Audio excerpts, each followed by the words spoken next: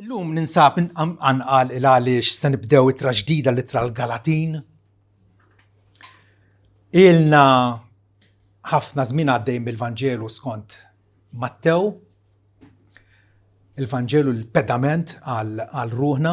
Il-Galatin hija l-ispjegazzjoni tal-Vanġelu. X'inhu l-Vanġelu? Jatra qawwija, jekk mi se żball kienet strumentali fil-konverżjoni ta' Hija Ġew. Darba ma nafx fetti li għetlu ma l-argumenti li kont qed nippreżentalu ma spew xejn, għetlu ħanilek x'nagħmlu. Għetlu mu raqra l-ittra l-Galatin 3 darbiet. Tifhem, 3 darbiet fuq xulxejn. U għalli rajta, għallu fimt xirrit ngħid, għetlu ma kemm darba rajta, għalli darba, għetlu jien 3 darbiet għatlek. U raġa ma rat 3 darbiet, imbaġġara dak li ġara. Hija ittra qawwija ħafna illi tistiednek biex tgħix fil-libertà illi kisbilna Ġesu Kristu. Jalla tkun taġita ruħna il-koll kif minħadd tal-ħadd se ngħadduha flimkien. Allum se naqraw l-ewwel 5 versi tagħha. Pawlu apostlu mibgħut mhux mingħand il-bniedem, lanqas mill-bniedem, iżda minn Ġesu Kristu u għalla l-missier li qajmu mill-imwiet. U l-aħwa kollha miegħi lill-knejjes tal-Galazja. Il-grazzja lilkom u sliem mingħand Alla missierna u s-sit Ġesu Kristu li talu nnifsu għal dnubietna ħalli jeħlisna miż-żmien preżenti u ħażin skont ir-rieda ta' Alla u missierna li lilu tingħata l-glorja għal dejjem ta' dejjem. Amen. Luteru kif tafu kien patri li neża u mbagħad sar jaf li kien hemm ħafna sorjiet li ħarbu minn kunvent u żewġ il-waħda minnhom jisimha Katerina von Bora illi kellu żwieġ ħieni magħha u kellhom diversi tfal. Però darba ma nafx hux fil-preżenza tagħha jew le, darba qal l-ittra l-Galatin hija l-epistola tiegħi, inħobba u żżewwiġta. Hija il-Katarina von Bora tiegħi. Jekk sematu m'għandix tort li forsi ħadet għalija għax tgħidlek hawnhekk għandi l-kompetizzjoni. Imma bir-raġun Luteru illi kien patri b'dik is-sens taħtija u jifflaġella lu nnifsu jagħmel penitenzi u ma kellux paċi malla meta qara l-Galatin Alla taħ id-dawl. U difatti, aħna nafu li il-95 teżi li waħħal mal-bib li bdiet ir-riforma. U dik kienet ix-xrara. Il-vera riforma bdiet meta beda jinqara l-kummentarju tiegħu fuq l-ittra l-Galatin. Hija ittra jaħan sejħilha il-fus tal-Bibja.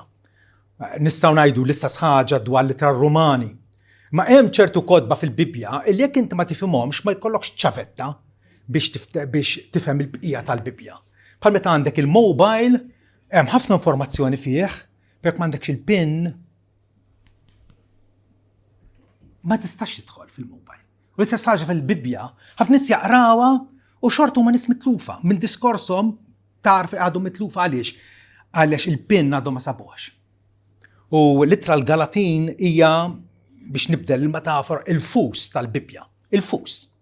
Hija il-rivelazzjoni talla id-dur ma din l-ittra l-Galatin illi tikkonfronta lill-Knisja f'kull żmien, mhux biss fi żmien l-Apostli, imma anke llum, ittra relevanti ħafna il għaliex meta aħna ninsewha jew ma nkunux nafu x'fiha niżvijaw imorru l-baħar. Pawlu hawnhekk jgħallem il-verità fundamentali, il-verità deċiżiva li Alla jilqgħu jaħfer lilna l-midinbin abbażi tas-sakrifiċċju ta' Kristu waħdu. U dan permezz tal-fidi biss. U dan messaġġ il-Kristjani Evanġeliċi jemnuh b'qalbhom kollha bħal Pawlu jgħidu li ma jkun qatt li jiena niftaħar. Ħlief bis-salib ta' Sidna Ġesu Kristu. Li bih id-dinja hemm salba lija u jiena d-dinja. ġifiri, l-idea illi jekk għandek l-idea illi inti tista tipparteċipa jew tagħti is-sem tiegħek biex Alla jsalvak, hemmhekk qed turi li għadek mitluf, għadek fid-dlam, għadek maħriġt jew maħriġt tal-libertà illi hija fi Kristu Ġesu. Littra lil-Galatin, min huma dawn il-Galatin? Tiftakru l-Pawlu fl-ewwel vjaġġ missjonarju tiegħu qabad il-vapur minn Antjokja, niżel fi gżira jisimha Ċipru, hemmhekk evanġelizzaw, minn hemmhekk qabad vapur ieħor u mar in-naħa t'isfel tat-Turkija, fejn dar diversi irħula jew bliet aħjar, Derbe, Antjokja Pisidjana, Ikonju u Listra. F'Listra kellu l-nur li jitħaġġar minħabba Kristu. Tant pritkalhom l-Evanġelju illi ħaġruh u kaxkruh barra mill-belt. Li kienet jiġri però, Pawlu kienet imur fil-sinagogi tal-Lut u jgħidilhom illi dak li l-profeti kienu ilhom jgħidu l-Messija li kellu jiġi dak ġie. U jismu Ġesu ta' Nazaret, illi issalla b'da l-aħħar barra minn Ġerusalem u għallar xuxtaħ minn Bellimwiet.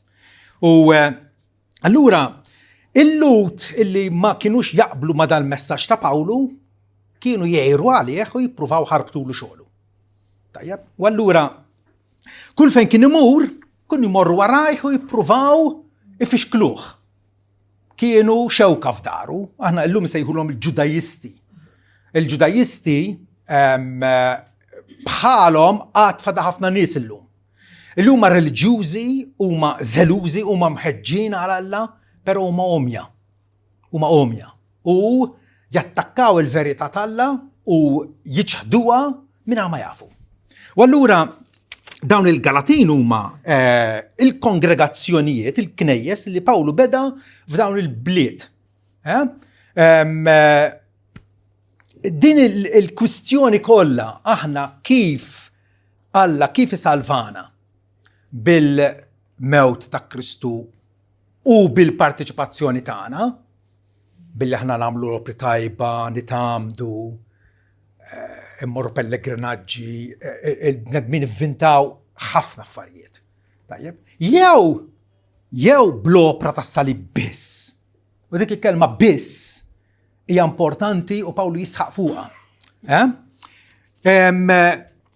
Li ġara kien illi ma għaddiex ħafna żmien meta din il-kwistjoni tant saret taħraq illi kellhom jitilgħu Ġerusalem għand l-Apostli biex jiddibattuha flimkien. Pawlu qed jgħid ħaġa, il-Ġudajista di jgħidu ħaġa oħra, Pawlu aktar tard fil-ittra isejħilhom aħwa foloz. Pretendew li huma nsara. Labuha ta' pass insara, però fil-fatt ma kinux. U fl-Atti 15 infatti naqraw li niżlu mill-Ġudea xi wħud li kienu qed jgħalmu lill-aħwa, jekk ma tkunux ċirkonċiżi skont id-drawa ta' Mosè, ma tistgħux tkunu salvati. U din hija problema serja. Meta aħna nżidu mal-Vanġelu xi ħaġa li nagħmluha aħna għalina nfusna biex bekk niksbu mertu quddiem Alla. F'dal każ iċ-ċirkonċiżjoni. Dawn kienu qegħdin jgħidu allura illi hemm bżonn biex issir nisrani l-ewwel qed issilludi u tobdi l-liġi ta' Mosè. Imbagħad tikkwalifika biex issir nisrani. Però fil-dibattitu li għamlu bejniethom, Pietru pereżempju appoġġja lil Pawlu għallu li Alla li jara fil-qalb xeħdilhom billi tom l-Ispiritu Santu bħalma wkoll talilna u xejn ma ddistingwa bejna u bejnhom, bejn l-Lut u l-Ġentili li aċċettaw il-Vanġelu, billi ippurifikalhom qalbhom bil-fidi. Pietru jaqbel ma' Pawlu li Alla jippurifika qalbna bil-fidi Ġesu Kristu. Issa mela għalfejn iġġarbu l-Alla billi tqedu madmad fuqhom id-dixxipli. Ġifieri iġġeluhom jobdu l-liġi ta' Mosè bħala kundizzjoni għas-salvazzjoni. Bħala kundizzjoni. u għamadmat għallilom li lam sirietna u għasaħna mafnaħna nġorruħ. Għaw nies allura illi għedin jipruvaw ifixkluna mill-li ngawdu l-libertà li tagħna Kristu. Kristu il-liberana mill-ħtija ta' dnub, mill-kundanna ta' dnub, mill-kastik ta' dnub u l-liberana biex ngħixu għal Alla. U dan huwa il-vera aħbar tajba illi Alla iridna illi nilqaw. Pawlu hawnhekk allura fl-Ittra Galatin meta beda jisma' illi kien hemm it-taħwit f'dawn il-knejjes illi prattikament kienu qed xofer kienu qegħdin jitħajru illi ipartu l-Evanġelju illi xandrilhom Pawlu ma' Evanġelju ieħor illi Pawlu jissaħlu Evanġelju fals. Evanġelju fals. Wallu Pawlu jibatilhom din ittra fija sens ta' urġenza, ittra entużjażmata illi fija jispjegalna għal darb'oħra il-Vanġelu fil-purità tiegħu. Il-Vanġelu fis-safa tiegħu illi Alla jiġġustifikana, Alla jodna bħala ġusti qudiemu bil-merti ta' Kristu waħdu. U forsi għal xi ħud din hija xokkanti, imma jekk għandna melħ frasna din hija aħbar tajba. Din hija aħbar tajba. Alla ma qed jirrekjedi xejn affattu da parti tagħna.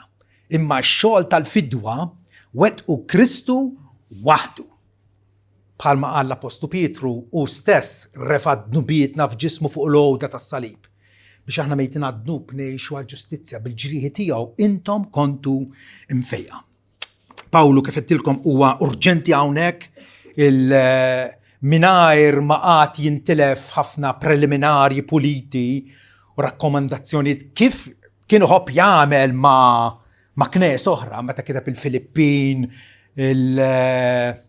il-Kolossin, jirrikmandhom u jgħidulhom aħna smajna dwar il-fidi tagħkom u l-imħabba li għandkom lill-qaddisin. Hawnhekk xejn. Hawnhekk Pawlu qisu huwa irrabjat. Irrabjat. Kif jista' jkun illi dawn l-aħwa fil-Galazja jarmu l-messaġġ li jiena wassaltilhom u minn floku qegħdin jaċċettaw xi ħaġa li hija falsa. Xi ħaġa li hija falsa. L-ittra tinqasam fi 3 partijiet. Ittra qasira 6 kapitlu kull ma fija, però hija ittra peżanti, ittra illi kull Kristjan u obbligat illi ikun jaf il-kontenut tagħha, igawdih u jgħixu. L-ewwel 2 kapitli ħansejħulhom il-parti personali.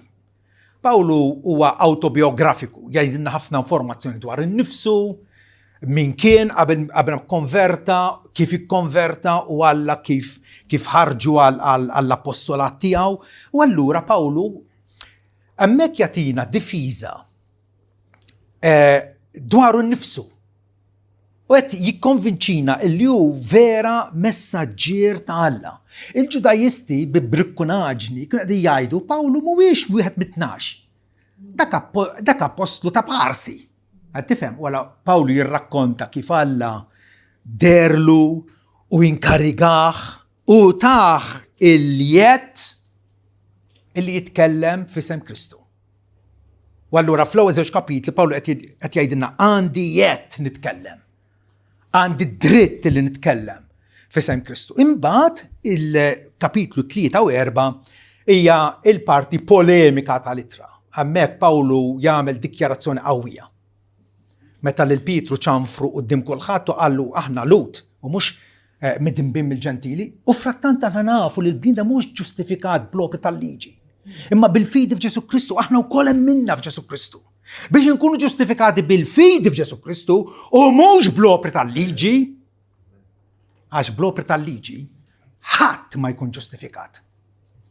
U dik allura hija l-quċċata tal-ittra, hija t-teżi tiegħu. U Pawlu jiddefendija u jiddefendija b'diversi modi, jagħmel id-difiża tal-messaġġ ippreżentat minnu. Ġifieri fil-bidu Pawlu jgħid għandi dritt nitkellem u jekk aħna nsaqsuh iwa mela qajt li għandek tajt. U jgħidilna l-messaġġ tiegħu dan. اللي احنا ġustifikati bil-fidi mingħajr l-opri tagħna. Kemm hija popolari l-idea kienet dak iż-żmien għada sal-lum illi aħna nistgħu noffru u jmissna noffru il-moralità tagħna, ir-reliġjożità tagħna, l-ubbidjenza tagħna, il-parteċipazzjoni tagħna fis-sagramenti biex Alla imbagħad ikun kważi obbligat li salvana.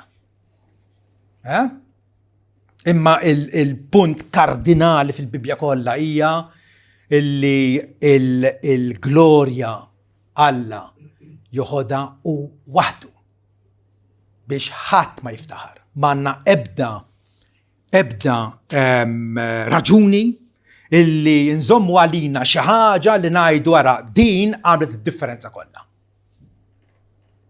Pawlu jgħidilna li aħna ġustifikati bil-fidi mingħajr opri. Ġustifikati, ġifi Alla il-liberana ħelisna minn kull akkuża. Il-liġi tiegħu issa li qabel kienet tixlina u takkużana issa aħna liberati minnha. U allura mbagħad f'kapitlu 5 u 6 Pawlu jasal għal parti prattika tal-ittra. Issa li aħna ġustifikati allura kif ħanejxu? U hija mistoqsija importanti. Pawlu jgħidilna illi l-libertà li tagħkom Kristu tużawiex bħala skuża għad-dnub, imma użawha dik il-libertà biex taqdu lil xulxin għax il-liġi kollha hija miġbura f'kelma waħda. Ħobb il-proxmu tiegħek bħala kien nifsek. Alla liberana biex ingawdu din il-libertà. U allura Pawlu jisħaq illi il-fidi illi permess tagħha aħna mill-qwa quddiem Alla topera bl-imħabba. Ja fidi li topera bl-imħabba. La darba aħna liberati, Pawlu jgħidilna għejxu bħala nies liberi bil-qawwa tal-Ispiritu Santu. Nibdew allura pass f'din l-ittra. Pawlu kif jiftaħ Pawlu apostlu mibgħut mhux mingħand il-bniedem lanqas mill-bniedem imma minn Ġesu Kristu u Alla l-Missier li qajmu mill-imwiet. Pawlu jurina hawnhekk l-oriġini divina tal-Evanġelju. L-Evanġelju ma vvintax teologu, ma vvintatux il-Knisja. L-Evanġelju irċevietu l-Knisja mingħand Alla.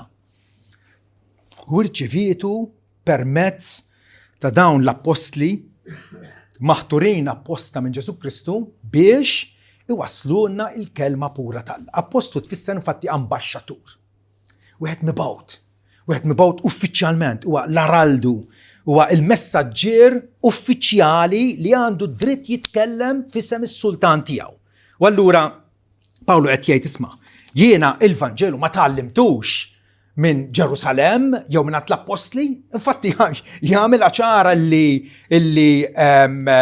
jgħid illi jien l-arċivejtu mill-bniedem, vers 12, u lanqas ma kont mgħallem l-Evanġelju, imma rċivejtu b'rivelazzjoni ta' Ġesu Kristu. Ġesu urjulu l-Evanġelju, urjulu lilu direttament.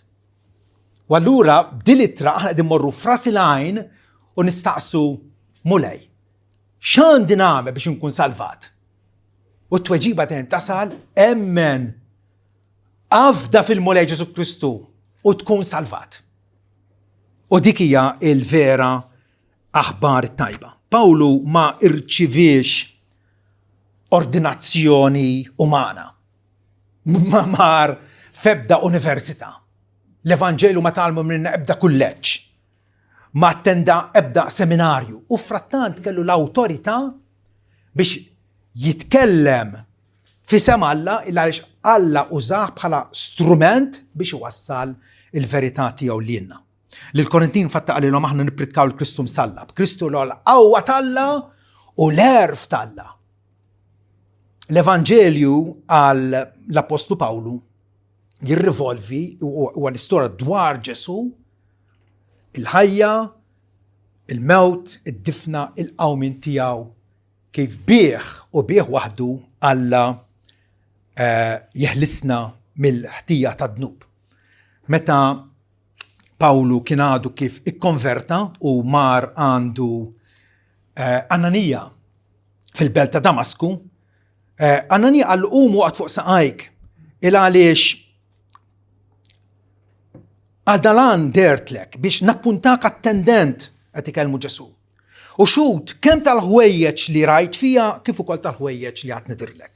Neħilsek mill-poplu tiegħek u mill-ġentili li għandhom jien qed nibatek ħalli tiftilhom għajnejhom biex iduru mid-dlama d-dawl mid-dominju ta' Satan lejn Alla sabiex jirċievu l-maħfra ta' dnubiet u post fost dawk imqazzin bil-fidi fija. Għadin tisimgħuha?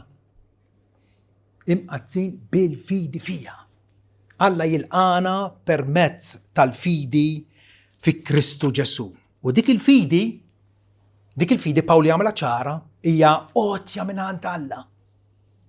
Mingħajr dik l-għotja tal-grazzja aħna ma mmorrux, ma nirrikorrux għand Ġesu Kristu.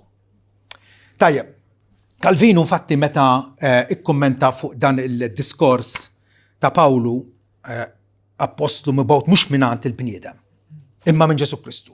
Jgħid, Pawlu ddikjara illi mhux il-bnedmin għamlu apostlu, iżda Alla nnifsu. Hekk rid jisħaq fuq l-indipendenza tiegħu. It-tagħlim tiegħu ma ġabux b'awtorità umana.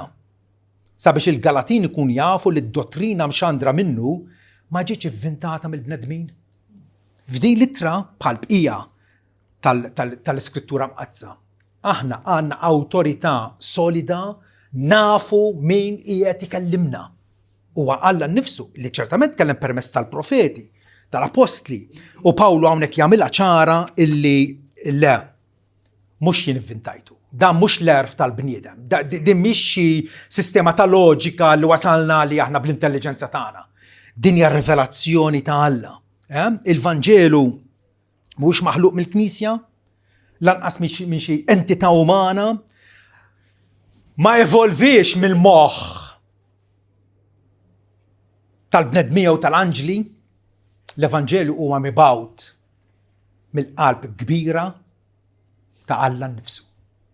Alla nnifsu urina l-Evanġelju. Allura il-fidi tagħna tistrieħ fuq din ir-revelazzjoni divina, mhux fuq l-ispekulazzjoni umana. Għalfejn aħna nisħu illi t-tagħlim x'se nemmen irid ikun miktub bl-iswed fuq l-abjad. Hemmhekk dik hija il-triq sikura għalina nfusna. Ma nix nambu spekulazzjoni umana. Imma nistgħu nserħu fuq dil-blata solida li din hija l-kelma t'Alla u Alla nnifsu qed jgħidilna x'inhu l-Evanġelju. U xi prova għandna illi dan l-Evanġelju dwar Ġesu huwa ġenwin? Well, Ġesu nnifsu tqajjem minn bejn l-imwiet. U allura Alla qed jurjulna li huwa s-Salvatur ħaj, ebda fundatur ta' ebda reliġjon oħra ma miet u reġa' qam lura mill-mewt. Ma Kristu huwa dak li dawwa lill-ħajja u l-immortalità permezz tal-Evanġelju. Kristu bil-qawmin tiegħu huwa l-pedament ta' din l-awtorità. Tiftakru li Kristu derlu lil Pawlu Sawl ta' Tarsu meta kien sejjer lejn Damasku. L-istess Ġesu li miet fuq is-salib, li kien mitfun minn Ġuseppi ta' Arimatea, u l-istess Ġesu illi tkellem u qabbat il-Pawlu biex ixandar l-Evanġelju dwaru.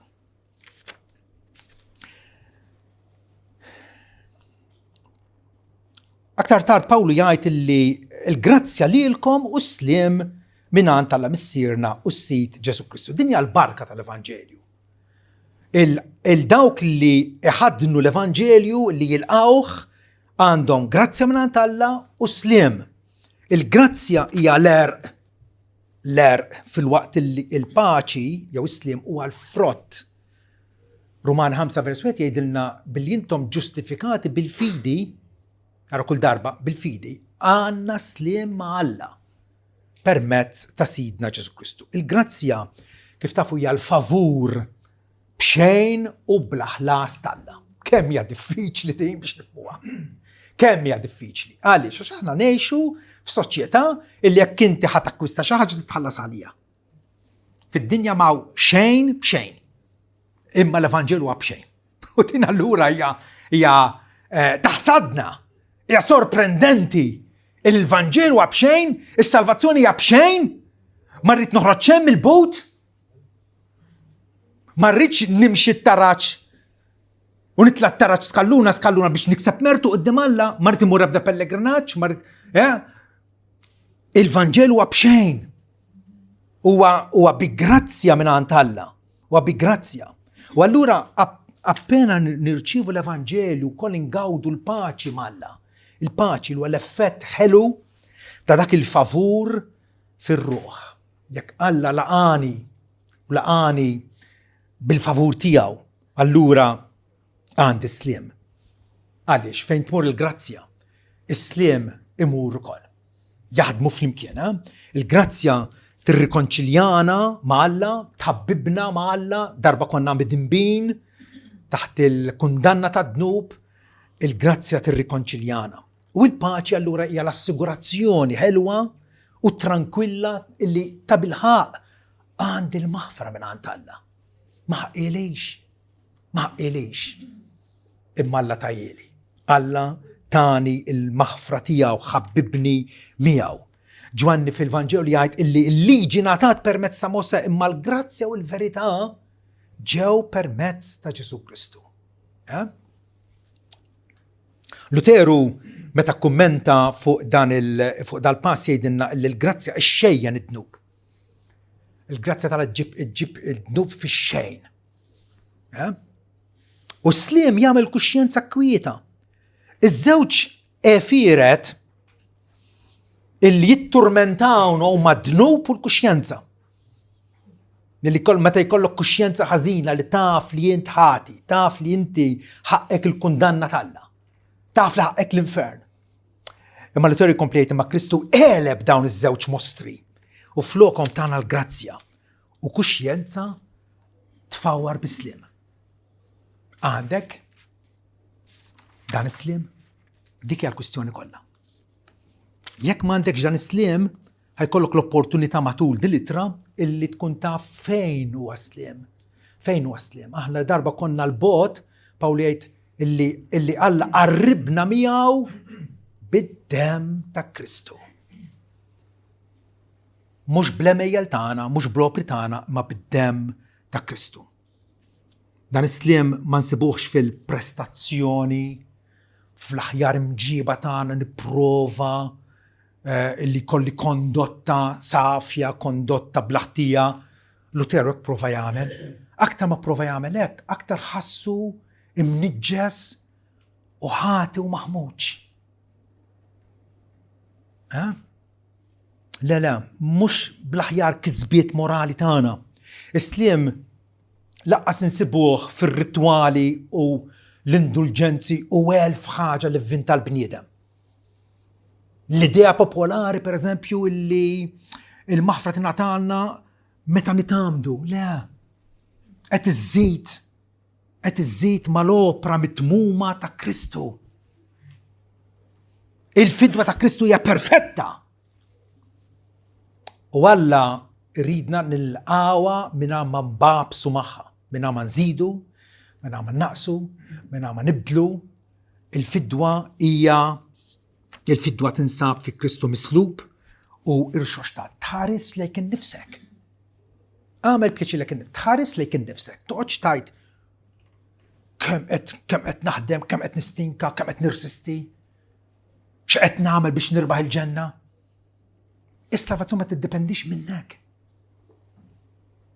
Is-salvazzjoni qotja b'xejn mingħand Alla. Tħares lejk innifsek. Iffoka fuq Ġesu l-mislub u issa irxu xtat u issa bil-qiegħda fuq l-eminija tal-Majestà fl-Qasmewwiet li qed jinterċiedi għalina. Id-dinja ta' bilħaq toffri l-alternattivi artifiċjali u d-distrazzjonijiet tagħha vera biex issib is-sliem, għamel yoga u tagħtina 1000 riċetta. 1000 riċetta. U s-sliem id-dinja ma tgawdiex. Għaliex? Għax Ġesu waħdu għalinna inħallilkom is-sliem. natikom slim tiegħi mhux bħalma tagħti d-dinja natikom jien. Tħallux qalbkom tkun iddisturbata jew mħawda. Jiġifieri striħu fija. Il-dinja toffri slim artifiċjali tagħha illi taqbad labra u tifqaw għax huwa bużżieqa insostanzjali. Is-slim ta' Ġesu Kristu huwa għall-eternità, huwa reali. Il-grazzja lilkom u slim minant Alla missierna Alla huwa s-sors. Alla huwa l-oriġinatur ta' dan is-slim. Imma Ġesu Kristu huwa il-medjatur illi wassalulna mingħajr il-ħidma tiegħu, mingħajr is-sakrifiċċju tiegħu fuq is-salib ma kienx ikollna slim ma' Alla. Dan is-slim illi jatina tama, jatina konfidenza issa għal ġejjieni. Jatina dik il-konfidenza bħalma Pawlu jgħid fir-Rumani 15, issa Alla tat-tama jimlikom b'kull ferħ u slim intom u tafdaw fih, ħalli toktru fit-tama bis-seta tal-Ispiritu Santu. U hekk allura naraw il-missier l-Iben u l-Ispiritu Santu Alla wieħed illi jatina is-slim tiegħu bħala qotja b'xejn. Bħalma jgħid Eżajja illi aħna ntellaw l-ilma mill-bjar tas-salvazzjoni. Salvazzjoni b'xejn. Pawlu allura imqarf din l-introduzzjoni qasira jgħidilna, jkompli jispjegalna x'inhu l-Evanġelju. Il-qalba tal-Evanġelju huwa Kristu sagrifikat minflok il-fidili. Kristu sagrifikat, Kristu għamel tajjeb għalina. Aħna li qatt ma stajna namlu riparazzjoni jew tpattija għal dnubietna stess, impossibbli. Ma Kristu għamel tajjeb għalina. Vers 4. Kristu li tallu nnifsu għal dnubietna ħalli jeħlisna miż-żmien preżenti u ħażin skont ir-rieda tal-Alla u missierna. Dan huwa sommarju huwa ġabra fil-qosor tal-Evanġelju. Illi jekk inti tappartieni għal dinja ħażina inti bitluf. Imma jekk inti emanċipat minna, jekk Kristu ħelsek minna, inti salvat. Salvat kif? Għalli ma raġuni minħabba is-sakrifiċċju ta' Kristu. U Alla jridna illi l-ħarsa ta' ruħna tkun imsamra fuq is-salib ta' Kristu. Għaliex huwa sakrifiċċju l-ewwel volontarju. Sakrifiċċju li Kristu minn rajħ tali nnifsu. Li tali nnifsu għal dnubietna. Ma kienx imġiel, kien kmandat mill-missier, imma Ġesu u l-missier huma ħaġa waħda. Vera? Alla mhuwiex fi gwerra miegħu nnifsu. Huwa sakrifiċċju volontarju fil-Ġwanni 18 u vers Ġwanni 10 vers 18 jgħidilna Ġesu ħadd ma jħoddi lil ħajti. Imma jien nagħtiha minn innifsi. Għandi l-awtorità nagħtiha u għandi l-awtorità nerġa' noħodha dal-kmandament irċivejtu minant missieri. Sakrifiċċju volontarju, sakrifiċċju vikarjus. Xi tfisser vikarjus? Ma tantx nużawha, ma meta l-Arċisqof ta' Malta ikun indispost, ikun msiefer jew l-isptar. Tajjeb, minflok jidħol il-vigarju tal-isqof. Minu l-vigarju tal-isqof? Qed jaġixxi minn floku. Qiegħed jaħdem minn floku. U s-sakrifiċċju ta' Kristu kien vikarjus. Ġifieri Ġesu kien is-sostitut tagħna. Flok ma batejna aħna l-konsegwenzi għal dnubietna, batihom hu. U din hija bxara tajba. Dija bxara li ġibilna ferħ kbir il għaliex anke Pawlu meta qal l-Evanġelu x'inhu l-ewwel Korinti 15, vers 3. Li Kristu miet għal dnubietna skont l-Iskrittura, li kien mitfun u kienu xuxtat mat-tielet jum skont l-Iskrittura u der il-ħafna nies bħala prova li verament eleb il-mewt u il-dnubiet tagħna difinhom fl-iżjed baħar font li jeżisti. U bedhom minna daqskam il-vant u ambiet mill-punent. Dak huwa l-Evanġelju. Bil-sakrifiċċju vikarjus ta' Kristu, flok ma batejna aħna, bata u minn flokna. Ir-rajt tajjeb jagħti ħajtu għan-naċ tiegħu. Pietru wkoll jgħidha. Ġesu li bata darba dnubiet il-ġust minn flok l-inġusti biex iressaqna lejn Alla. Huwa wkoll sakrifiċċju vittorjuż mela għandna 3 vejiet. Volontarju, vikarjuż u vittorjuż. Sakrifiċċju vittorjuż il għaliex Kristu mhux biss wara li miet irxoxta rebbieħ mill-qabar. Imma bil-sakrifiċċju tiegħu wkoll jagħti rebħ u konkwista fuq din id-dinja ħażina illi darba konna nappartinu għalha, konna imjasrin għal din-dinja, għal mentalità ta' din-dinja. Għalhekk fil-Kolossin 1 vers 12 Pawli jgħid li bil-ferħ għandkom tirringrazzjaw il-Missier li kwalifikawkom biex tissieħbu fil-wirt tal-qaddisin fid-dawl. Alla tagħna dil-kwalifika, mhux jien ksibta, mhux jien dimtalija. Alla kwalifikani għal wirt tal-qaddisin fid-dawl. Ħelisna mid-dominju tad-dlam u trasferina s-saltna tal-ibnu tal-liben il-maħbub li fiħanna l-fidwa il-maħfra tad-nubiet. Għal darbohra Pawlu qed jgħidilna bis-saħħa tas-sakrifiċċju vittorjuż ta' Kristu diġà ingawdu il-maħfra tad-nubiet u ninsabu ġustifikati quddiem Alla. Alla jilliberana, l-imħallef suprem jilliberana minn kull ħtija. U dana seħħ is-sakrifiċċju Kristu skont ir-rieda ta' Alla u missierna, jgħidilna. Skont ir-rieda ta' Alla u missierna. Dan is-salvataġġ li ġabilna Kristu huwa fi qbil mal-volontà ta' Alla. Ġesu ma aġġixxiex għalih innifsu.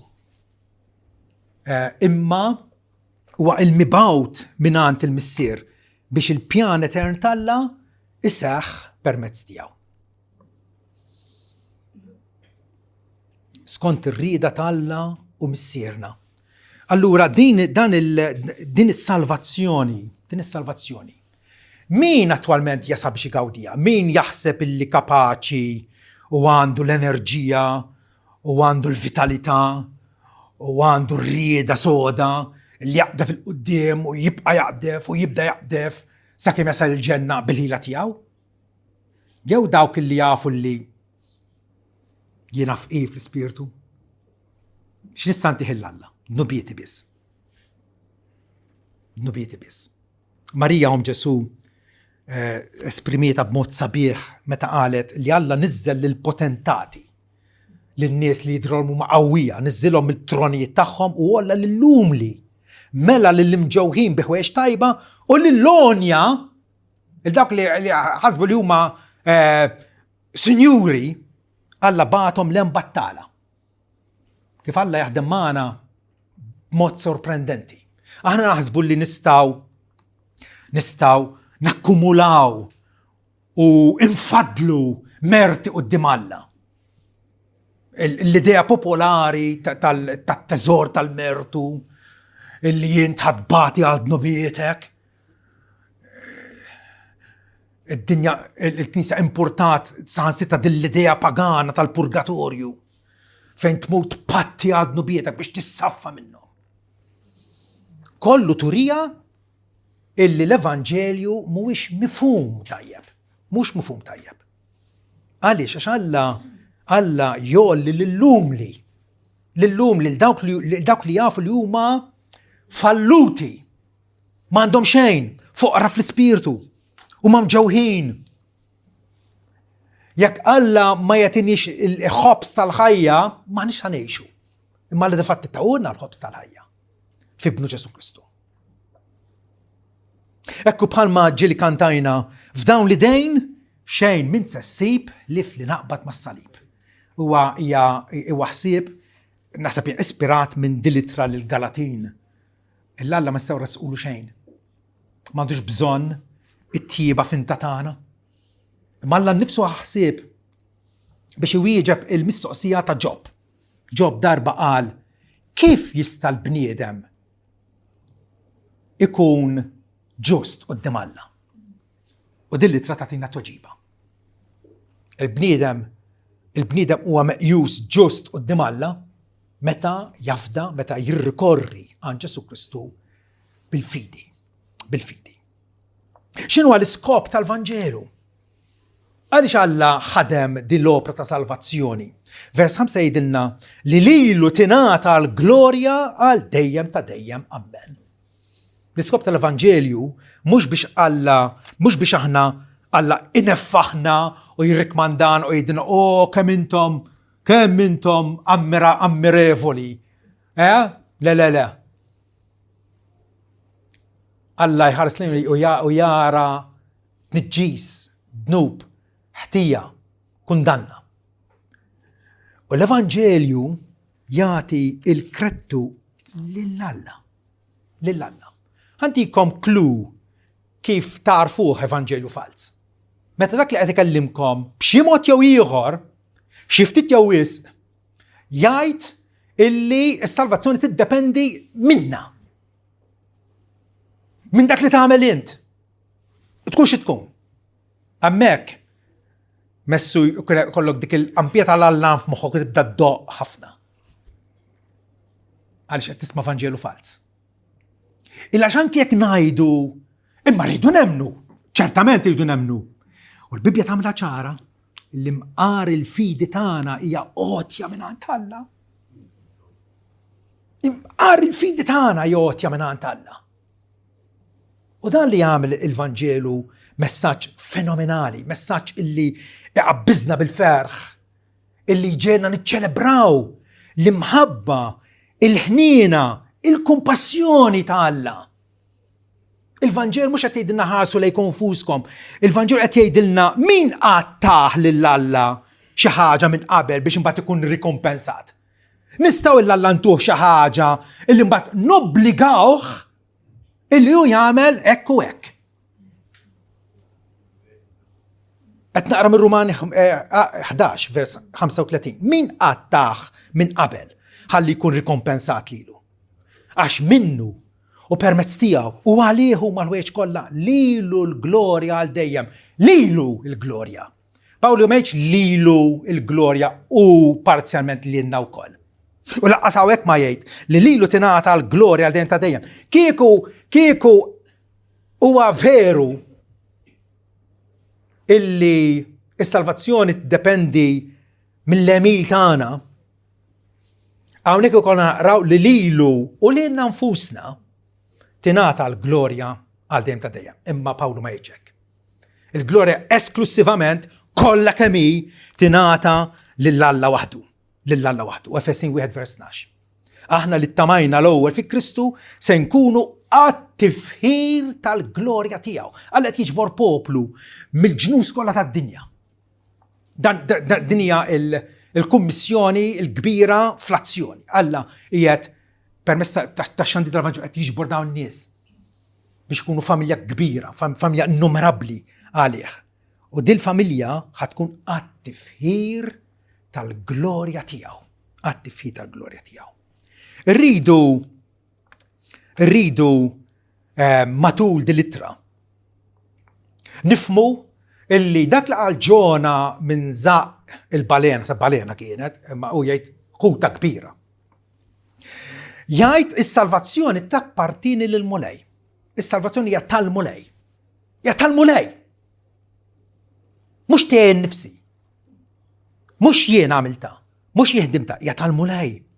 Din għall-climax tat-talba ta' Ġona, il-profeta jaraf illi kull ħelsien mill-arqa, mill-mewt, mid-dnub, kull ħelsien huwa kompletament il-ħidma ta' Alla nnifsu favur tagħna.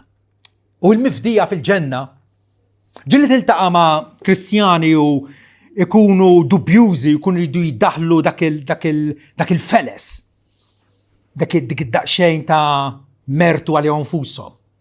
Ġilta magħhom. Nadirhom il għaliex anke moħħna infettat bid-dnub.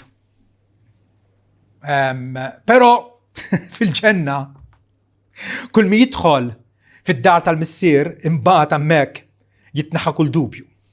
Il għaliex Rivelazzjoni 7 vers 9 jgħidilna l-wara l-ħwejjeġ ħarist wara folla kbira. laħat ma seta' jgħodda, dan huma l-ġabra tal-mifdin kollha fil-ġenna.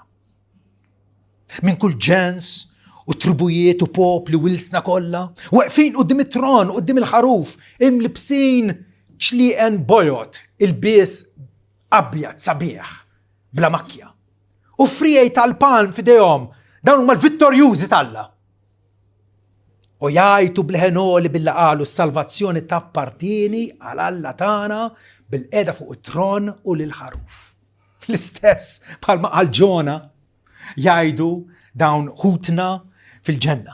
U jekk aħna jidrinna li ninsabu f'din il-modija li twassal lejn Ġerusalem tas-sema, rridu minn issa stess, jaqblinna minn issa stess. Ngħidu is-salvazzjoni hija qotja b'xejn minn għand Alla. U jiena nilqaħħa b'qalb grata. Qalb grata, hija imprezzabbli. Alla ma stax inħallsu billi ngħidlu żamm waħda, għandi xi ħaġa ħantik daqsxejn tat-tips, nipparteċipa. Ma tarax, tkun qed toffendih l-Alla, tkun qed tinsultah. Alla irid illi s-salvazzjoni tkun b'xejn, gratis, minn għandu turija tal-imħabba tiegħu. Allura, din il-litra l-Galatin li ħajkollna opportunità nimxu matula hija għajta bikrija minn żmien l-apostli nfushom. Għaliex il-periklu minn dak iż-żmien beda. U Pawlu jiktibha biex edoq it-trumbetta tal-allarm u jgħidilna għodu attenti għax matul it-triq se tiltaqgħu ma' ħafna Vanġeli folozz u ħafna alternattivi. U Pawlu jgħid isma' il-Vanġelu li pritkajt jien. Dak huwa l-Vanġelu veru, u ebda Vanġelu ieħor.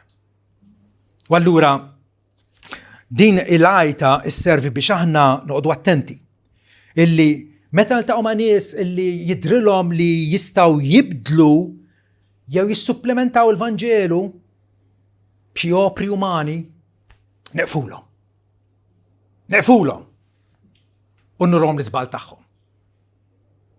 Ukoll dawk illi jixtiequ iċaħduna mill-barka tal-Evanġelju li jgħidulna ma tistax tkun ċert inti sejr il-ġenna. Żomm waħda, għaliex jekk Ġesu tani slim tiegħu, jekk ħafirli, jekk min issa-Alla jgħid li m'għadniex qarib u frustir imma ċittadin tal-istess belt tal-qaddisin, kif nista' ma nkunx ċert? Qed tifhem? Imma jgħidulna ma tistax tkun ċert il għaliex jiddependi fuq il-mixja tiegħek. Jiddependi il-prestazzjoni tiegħek. Qegħdin jirrendu din lotja ta' slim minn għand Alla u qed jgħiduna dik hija ċerta. Meta l-Bibbja tgħid li hija ċertissima għax Kristu għalaħħilna bis-salib tiegħu.